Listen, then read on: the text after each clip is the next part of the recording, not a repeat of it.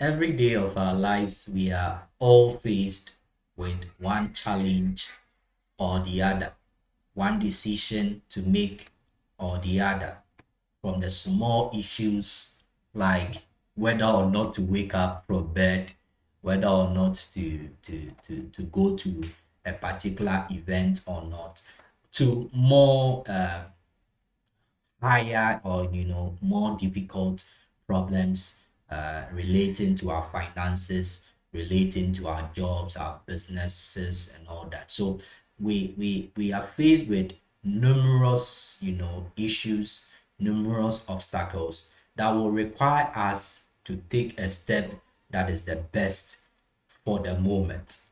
And in all of this, one of the key things that we need is the problem solving ability.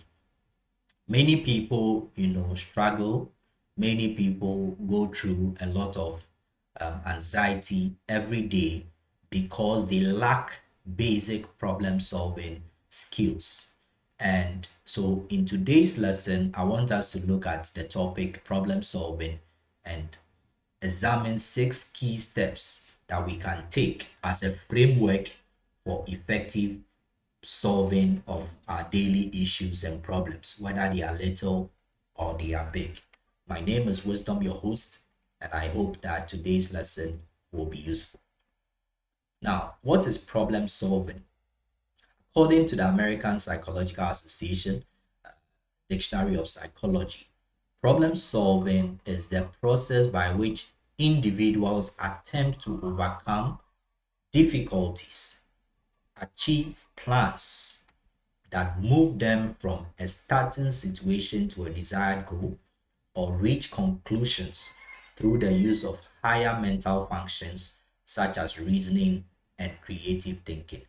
So, one of the key things from the definition is that problem solving is a process.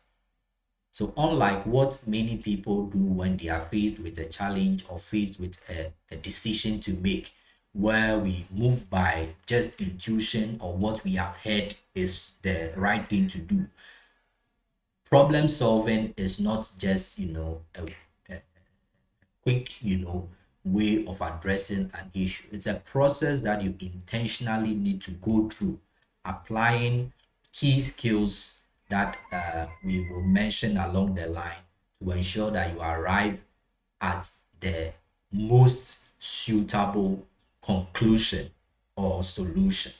And 3 key things that we use problem solving to do is to overcome the difficulties that we face in life.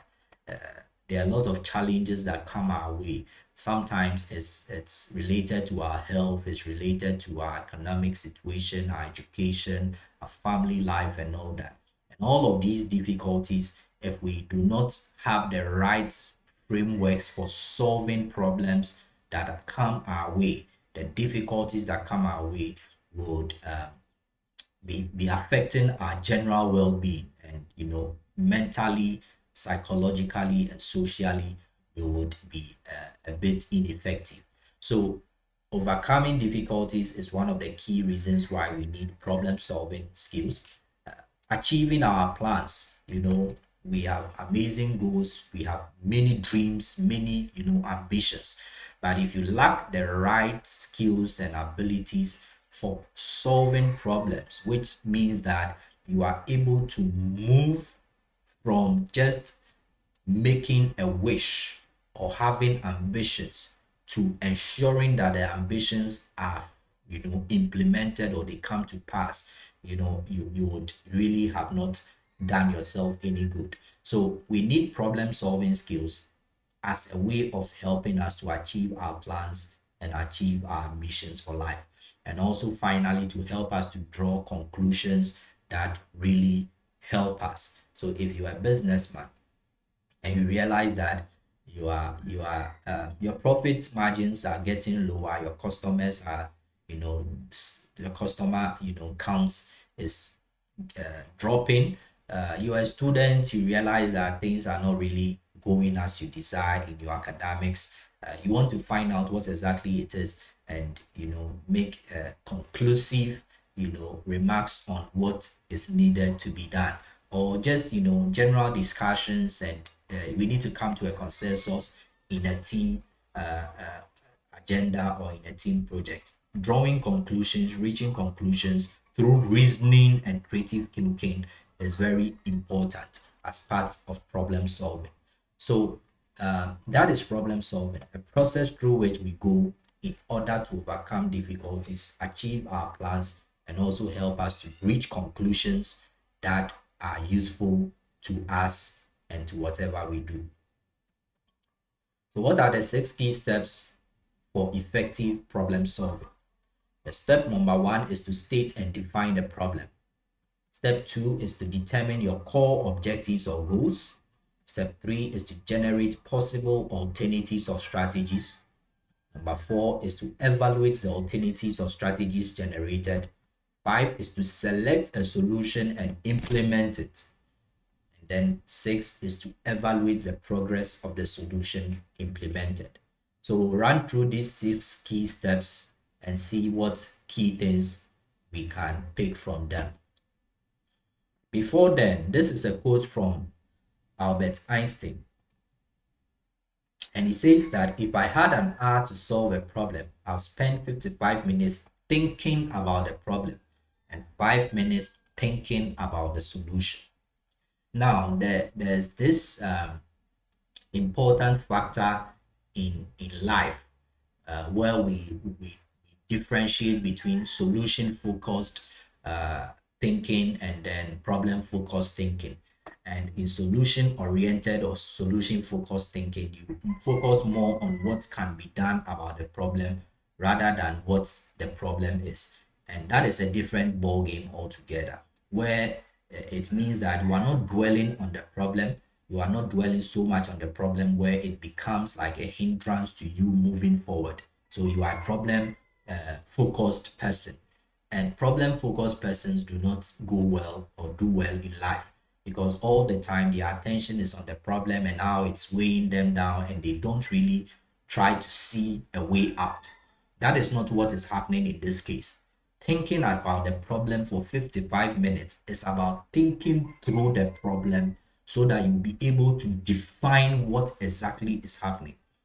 And this is critical, because if you take a step without thinking through why the step should be taken, you may jump and end up in a ditch because you did not examine how much it would take for you to jump over the ditch. You didn't consider the size of the ditch. You didn't consider what tools you will need in order for you to be able to jump over the ditch or construct, a pass over on the ditch. So what Einstein is saying is that in the step 1, which we are saying stating and defining the problem, in problem solving, one of the key things you need is the patience to go through what the problem is about, why it is happening, and what are the key things I need to consider if I will be able to overcome this problem. So in an hour, that's just an assumption where you are given probably an hour to solve a problem. You want to spend the most part of the time defining what the problem is. And once you are able to define the problem, it's easier for you to move on.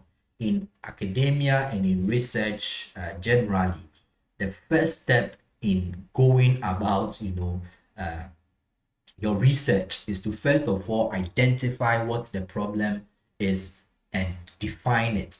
Because if you do not state your problem, we call it a statement of problem. If you are not able to clearly define what situation or what your issue is for which you are going to do the research, you start the research and realize that you don't know what you are doing. You will not know who your participants really should be, and you realize that everything will just be distorted. So it's important that you define the problem, identify what is wrong, spend the most time trying to assess what is really going on. So in defining the problem and stating the problem, you want to ask yourself, what is happening? Why is it happening? Is it that bad? So is my reaction to the problem out of place? Is it so? It's like I'm reacting overly to a situation or problem that is really small. So in trying to define the problem, you realize whether it is a huge problem or it's just something that you just need a few twitches here and there to get it resolved. So is it bad? How bad is it? How am I feeling about it? Why am I feeling anxious about it? These are just some questions you can ask yourself in order to be able to define what exactly the problem is. So if my problem is that as a student, I realized that in my first 2 years in school, you are no longer doing well. Uh, your grades are falling. In trying to define and state the problem, you want to ask, so what is happening? What is happening is that in the first year, in the second year, I was doing well in about 80% of the courses I take. By my third year, from the first semester, second semester, it seems this have dropped. I'm now doing well in only about 40% of the subjects I take or the courses I take. Why is it happening? Okay, it looks like as I moved ahead, I have gotten myself engaged in more extracurricular stuff, and it's taking away the time I use in learning, or I have reduced the amount of time I learn. I used to do group studies in level 100 and 200, 300. I'm no longer doing that. So you are assessing what is happening, why it is happening, and you are trying to find a way to define exactly what is wrong, why it is wrong, and then you'll be able to proceed to the second step, which is determining your core goals. So now that you understand the problem, you've been able to define it, you have been able to state what exactly is going on, what is wrong, why it is wrong, and how you are, reacting to the whole situation. You determine your core goals. What are my expectations for a solution? What should I do about what is going on? So you need to now set specific objectives, specific goals. So if the issue is with my academics, the grades are falling, and I've been able to identify possible reasons why it is happening, what am I setting out to do? The goal should be smart, it should be simple, measurable, achievable, realistic, and timely. So my goal is that in the fourth year which I'm getting into, I hope to move my performance from the 40% that I'm doing in terms of good performance to about 60% or 70% of the subjects I take. So by first semester of level 400, my performance in the subjects or courses I take should be good in about 70% of the courses. So your goals should be such that they are specific and they are simple as well. They are measurable. They are things that you can measure at the end of the day. So if I was doing well in 4 out of 10, now I'm doing well in 7 out of 10, I can achieve it, because moving from 40 to 70 is quite something that, based on the options or strategies I'll put in place, I think I would be able to achieve. You don't just say I'm moving from 40 to 100%. That is something that may not be realistic and it may not be achievable. And you need to set timelines. So first semester of level 400, because you are now done with level 300 and you realize that it's level 1 year, I need to get this right. So set timelines for yourself that you can be able to assess whether you have made progress.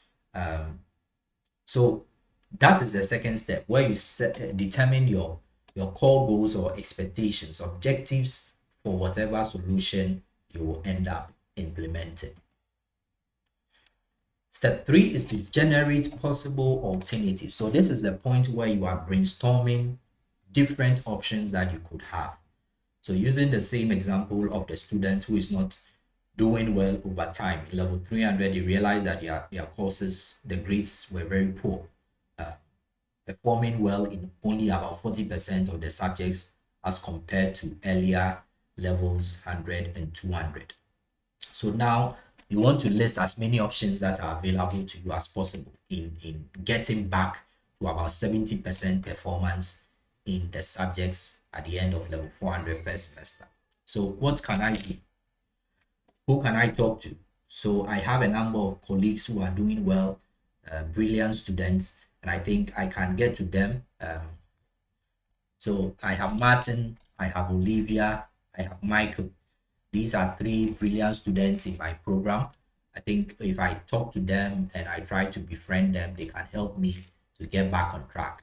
So I also have the option of speaking to a number of the lecturers or teachers uh, to seek counsel from them, and also the subjects I'm not doing so well in or I find difficult. I want to talk to the course tutor or lecturer and see if I can get extra help. Maybe if they are teaching assistants, I want to pay one of them to take me through extra tuition. So you are just brainstorming and coming up with possible options and the resources that will be needed, to get them done.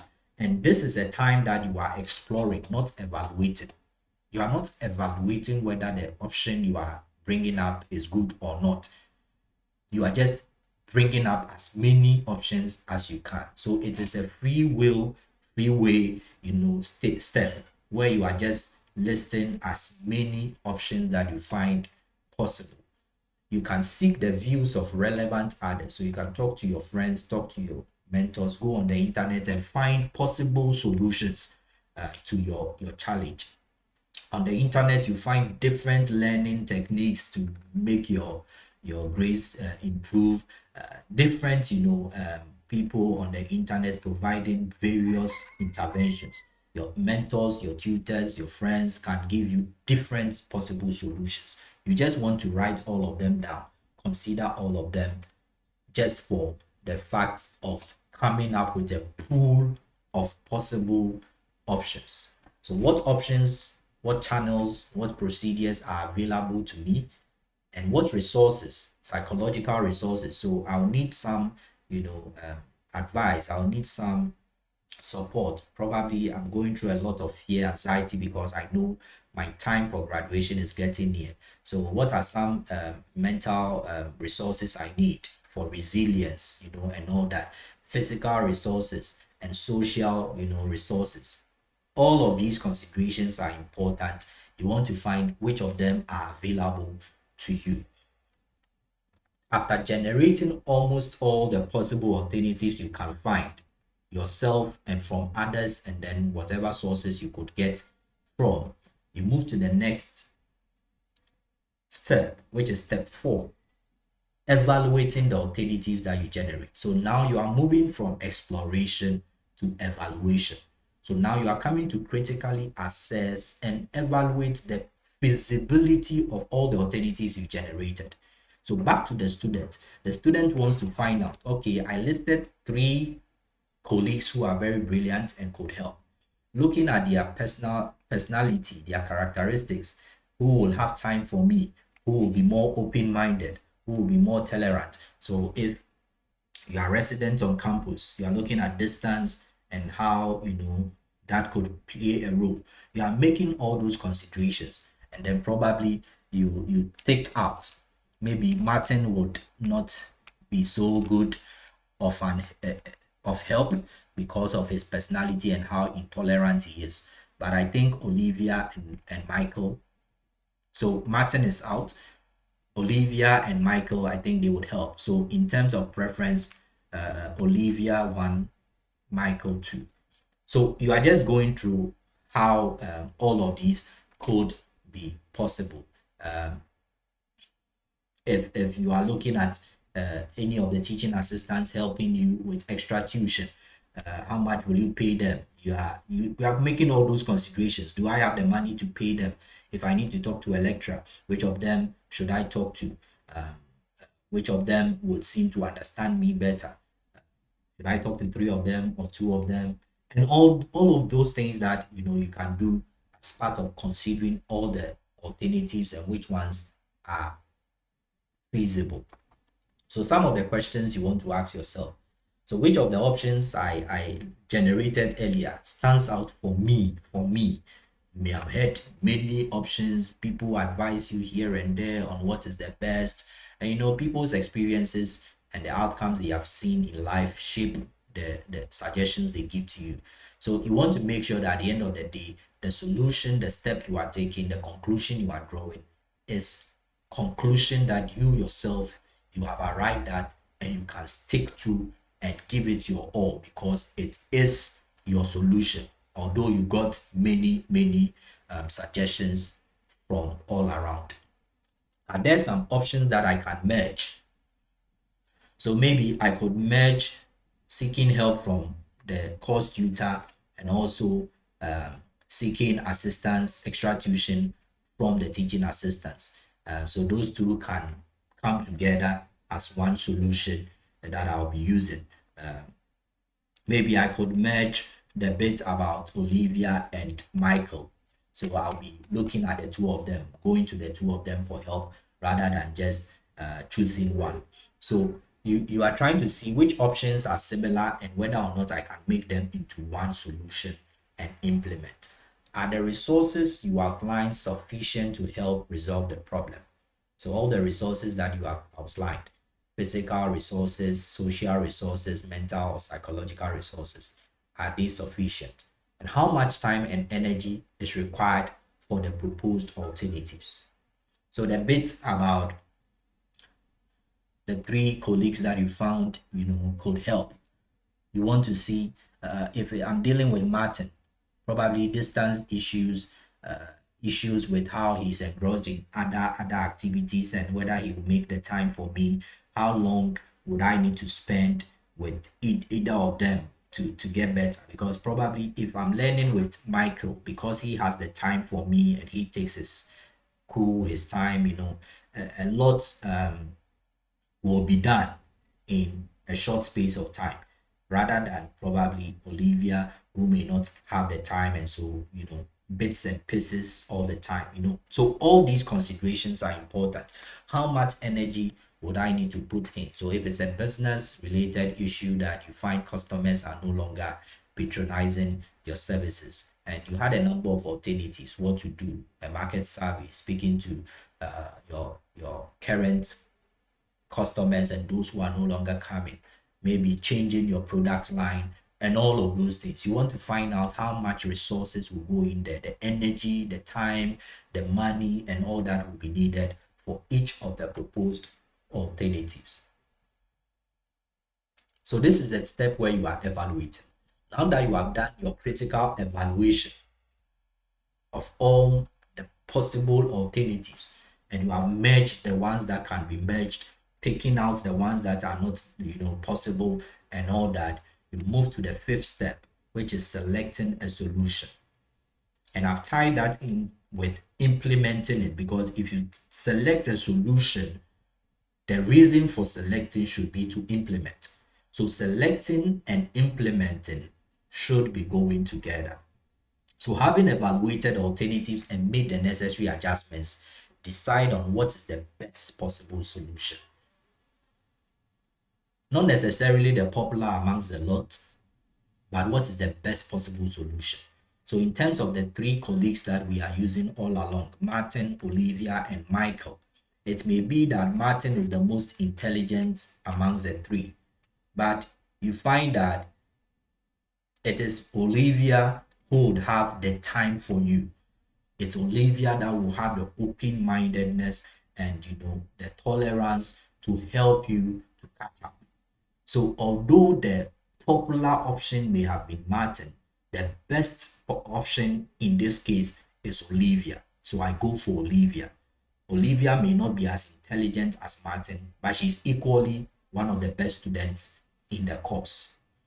So after your evaluation, you want to decide on what is the best possible solution.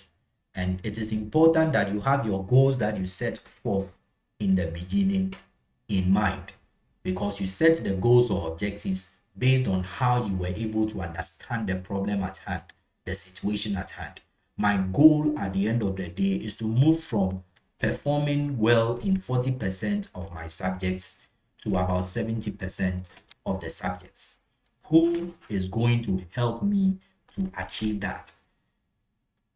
Martin may be the popular option, but Olivia is the one who will have time for me and teach me because of her personality and how tolerant she is. So if I want to achieve the 70% next semester, then she's the best person to go to.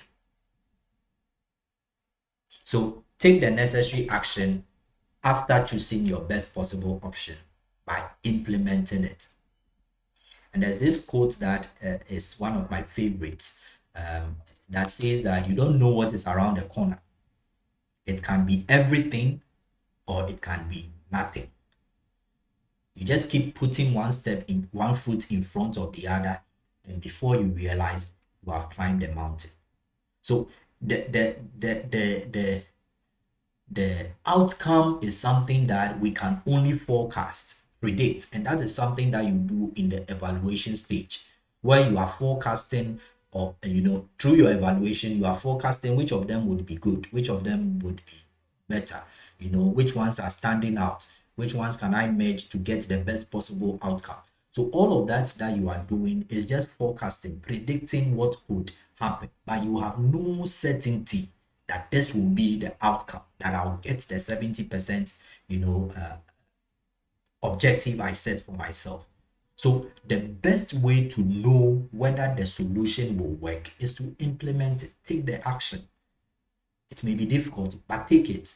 Try the solution. If it works, hooray. If it does not work, you have the option to go back to brainstorming and coming up with new alternatives. If one alternative does not work, because you came up with many options, and at the end of the day, through your evaluation, you selected one, you can go back to the generated possible solutions or alternatives you had and see which of them you can implement as well. So if you have this framework in place, it makes problem solving easier for you. You are not just try and error. You have gone through a whole process in a short time or in a long time, depending on what problem you have at hand, how long it will take to arrive at a solution or conclusion. Whatever it is, the 6-step process that we are looking at gives you a framework to work with, to know what to do at each stage of the solution seeking process. So once you have selected and implemented a solution, it is important to evaluate. Socrates says that the unexamined life is not worth living. So whether it is a conclusion you drew and you decided thereof that this is what is best for the team, this is what is best for my family, this is what is best for my personal life, my education, whatever it is, you want to keep assessing to see. So back to the student who is struggling with their academic work, you finally ended up with Olivia as the one to help you. Probably you paid a teaching assistant to give you extra tuition. Those are the two options you took. Now, as the semester started, level 400 first semester, you realize that after the first 3 weeks, Olivia that you thought would have time for you is not getting time for you. So evaluating the progress is important. What we call formative assessment or formative evaluation is important, so that you'll be able to, okay, it's been 3 weeks and she's not getting time for me. The extra tuition I'm getting from the teaching assistant is not really helping. Let me give it 2 weeks more. Things are not changing. So through that evaluation of the progress, you may decide that, okay, it's time to switch to my second option, which was Michael. So my second option was Michael. Let me go to Michael and see if things will help. Or now let me merge Michael and Olivia. So I'm attending to Michael. If Olivia gets time for me, that is fine. If she doesn't, hopefully I'll be getting the needed assistance from Michael. So periodically evaluate the progress you are making with the solution implemented. Make adjustments if you find that necessary.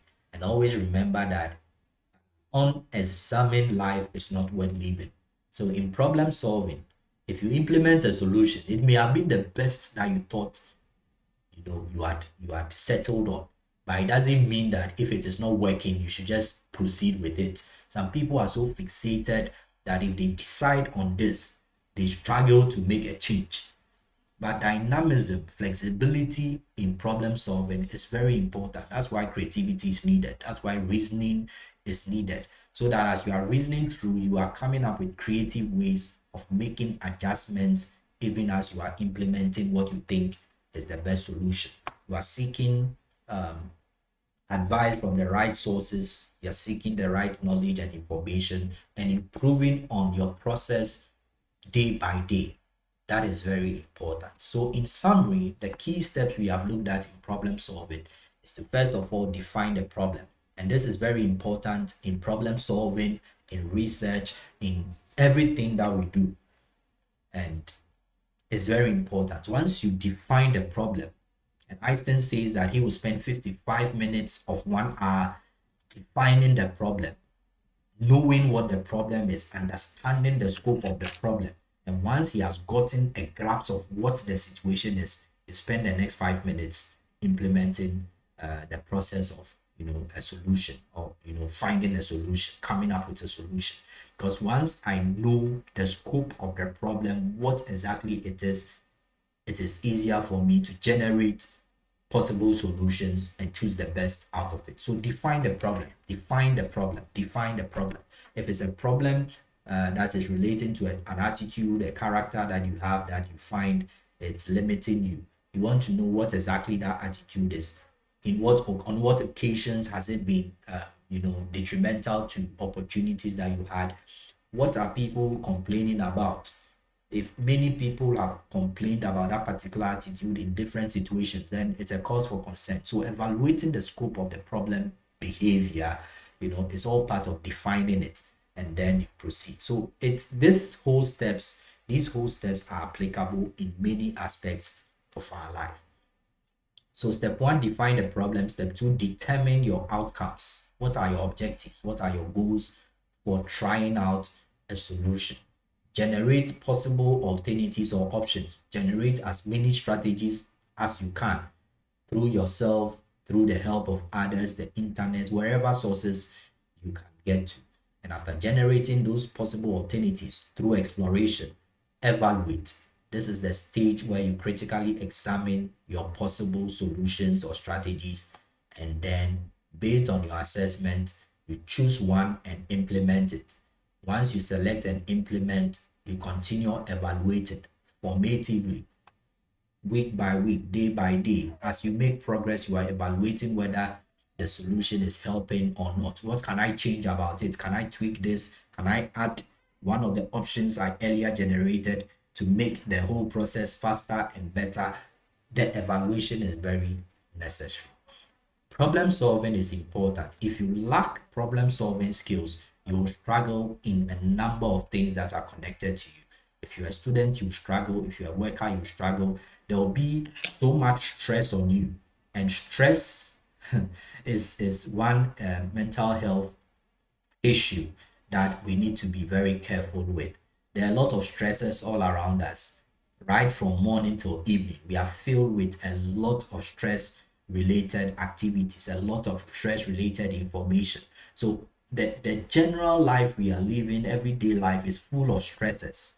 And if we are not careful, we do not respond well to these stresses, we end up going through distress, and then anxiety, depression, and other health conditions begin to kick in. So problem solving is one of the important things that is helpful in dealing with stress and related issues. And you want to be able to have a framework within which you solve problems, whether little or big problems. Having a framework, a series of procedures or steps you go through helps you, and helps you. I hope today's lesson has been useful, and I believe that in other lessons we would get more tips and more helpful information on how we can make our lives better and live a successful life generally, as a people. Thank you so much for joining in. I recommend the video up there on stress. I hope you find it useful. It's about stress, and then the other video also talks about some strategies for dealing with stress, particularly cognitive behavioral techniques for handling stress. As always, stay positive and always be a blessing. Bye bye.